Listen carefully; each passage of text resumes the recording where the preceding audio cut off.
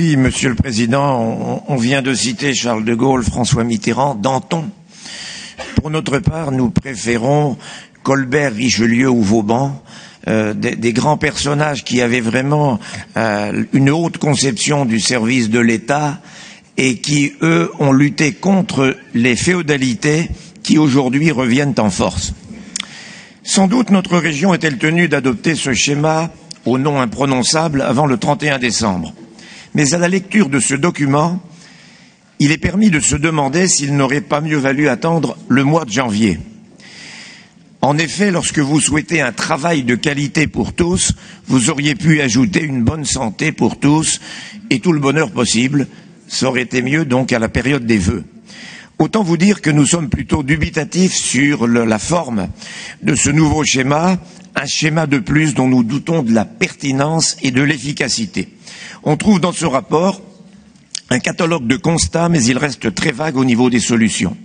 C'est peut-être le résultat de la méthode d'élaboration dont le Césaire avait jugé qu'il s'agissait davantage de brainstorming que d'une méthode de construction d'un véritable plan. Au final, soit on enfonce des portes ouvertes, soit on formule des intentions qui restent très générales et on énumère pas loin de 185 orientations, ce qui nécessitera, on l'avoue, un bon GPS pour s'y retrouver. Globalement, ce document, qui reprend à l'envi les expressions convenues de la pensée unique et du politiquement correct, nous apparaît comme très éloigné de la réalité. Affirmer que demain se prépare aujourd'hui, quelle découverte! Vous nous proposez une nouvelle façon de penser l'économie. Mais à chaque ligne de votre rapport transparaît les recommandations inspirées par le néo-malthusianisme du Club de Rome, à travers le rapport Meadows, The Limits of Growth, qui date de 1972. Quelle nouveauté! Vous évoquez en même temps la mondialisation grandissante et la nécessité de relocaliser l'économie, mais avec quels moyens, avec quels leviers, dès lors que l'on refuse de remettre en cause la subordination de nos politiques nationales et régionales aux diktats de la Troïka européenne, Commission, Banque centrale européenne, FMI, et aux règles imposées par l'OCDE, dominées par les États-Unis, qui font tout pour en demeurer le principal bénéficiaire. Vous préconisez de faire de la transition écologique et énergétique un levier de développement économique et humain. Là encore, il s'agit d'un lieu commun. Nous ne contestons pas l'enjeu autour des questions environnementales, mais il reste à en définir en quoi consiste cette transition et en mesurer l'impact économique. Considérer l'économie circulaire comme une solution globale ne paraît pas crédible. Autant il peut trouver sa place et probablement jouer un rôle plus important, autant il convient d'être prudent sur une généralisation du concept. En effet, il faut considérer la question dans son ensemble, c'est-à-dire mesurer à la fois le bénéfice écologique mais aussi la faisabilité économique. Si cette économie ne fonctionne que sur la base de subventions, en utilisant via les entreprises d'insertion une main-d'œuvre à bas coût et des emplois aidés, nous sommes loin de créer un cercle vertueux. Comme pour la transition numérique d'ailleurs, nous sommes sur une évolution qui a sans doute tendance à s'accélérer, mais c'est le cas depuis le début de la révolution industrielle et c'est des évolutions qui se feront en dehors, qu'on le veuille ou non, de ce plan. Nous avons un exemple parfait de cette façon d'approcher de façon idéologique et réductrice qui se trouve dans votre document.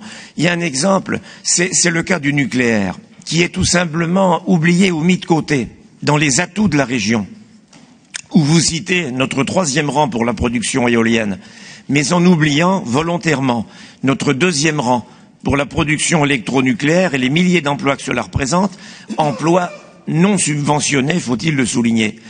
Or, nous considérons qu'il s'agit d'un enjeu majeur. Tous les spécialistes savent que notre parc nucléaire ne sera pas remplacé par des moulins à vent dont personne ne veut plus d'ailleurs dans notre région, ou des panneaux photovoltaïques qui ne peuvent constituer qu'une énergie d'appoint. La question qui va se poser au-delà de la prolongation des réacteurs existants, sera leur remplacement par une génération intermédiaire type EPR pour laquelle notre région est bien placée, puisque ces installations pourraient se faire à moindre coût sur des emprises foncières existantes et qu'une partie des installations, en particulier les tours réfrigérantes, pourraient être réutilisées. Il s'agit là d'une étape indispensable dans la véritable transition vers une énergie propre. Je parle de l'énergie du futur, mais il faudra un temps pour se mettre en place avec l'exploitation de la fusion et le projet ITER. Vous parlez d'un dialogue étroit entre l'État, les pouvoirs locaux et les acteurs concernés. Eh bien, nous demandons dans ce dialogue que la région soutienne ces propositions qui rendent compatible à la fois notre indépendance énergétique, la diminution de nos émissions de CO2 et en même temps qui préserve un domaine d'excellence pour notre industrie et la recherche. Cela aussi fait partie de l'industrie du futur. Il serait fastidieux d'énumérer toutes les thématiques. D'autres intervenants y reviendront. Mais ce qui vient d'être dit conforte un autre objectif que vous annoncez, faire de la région Centre-Val de Loire la terre de toutes les innovations, et cela en fait partie. Ce qui est loin d'être le cas aujourd'hui, avec un investissement en recherche et développement, je parle à la fois du public et du privé, à hauteur de 1,6% du PIB dans la région, contre une moyenne nationale de 2,2%. Nous reviendrons aussi sur les nombreux dispositifs d'aide aux entreprises, en redisant qu'ils doivent être concentrés sur les PME, PMI, le commerce, l'artisanat et l'agriculture, plutôt que sur les structures plus importantes pour lesquelles l'accès au marché financier ne représente pas une difficulté et qui ne profiteraient là que d'un effet d'aubaine. Mais nous savons aussi à quel point toutes ces aides, dont certaines passent par des appels à projets ou manifestations d'intérêt dans le cadre des programmes européens, sont soumises aux décisions prises à Bruxelles. Les agriculteurs en savent quelque chose, et même Charles Fournier le rappelait à l'instant. Globalement, il faut également mettre les choses en perspective et admettre que la région, nous l'avons souvent répété, même si elle s'est vue confier la responsabilité du développement économique, est très loin de disposer pour cela de tous les leviers. Rappelons que le PIB de la région s'élevait à 69 milliards d'euros en 2013, donc aux environs 70 milliards d'euros aujourd'hui, et que les aides économiques de la région représentent moins de 0,15% du PIB, de même que la totalité de nos dépenses d'investissement représente 0,58% du PIB régional. C'est un peu juste pour parler d'un effet levier de l'investissement dans le sens keynésien du terme, même si cela conforte le secteur du BTP. Autre exemple, vous proposez de faire du tourisme un moteur de l'économie régionale, c'est omettre le fait que la part du tourisme dans le PIB régional est seulement de 4,4%, en dépit des atouts dont nous disposons. À titre de comparaison, signalons que pour l'ancienne région Limousin, ce chiffre est de 7,3%. Il est tout de même étonnant que les vaches attirent davantage que nos châteaux. Enfin, quel est le sens d'une région entreprenante, solidaire, qui met l'humain au cœur du développement des entreprises? Nous retrouvons, comme nous l'avons déjà dit, une rhétorique qui nous semble quand même éloignée d'un programme opérationnel. Quant à l'identité de la région, le changement de nom, qui ne relève même pas de notre initiative d'ailleurs, ne semble pas avoir apporté grand-chose.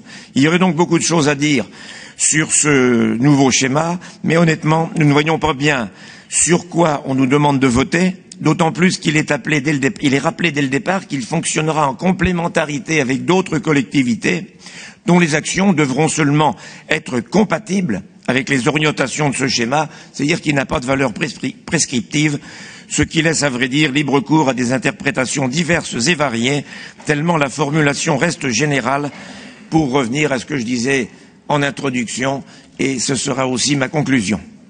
Merci.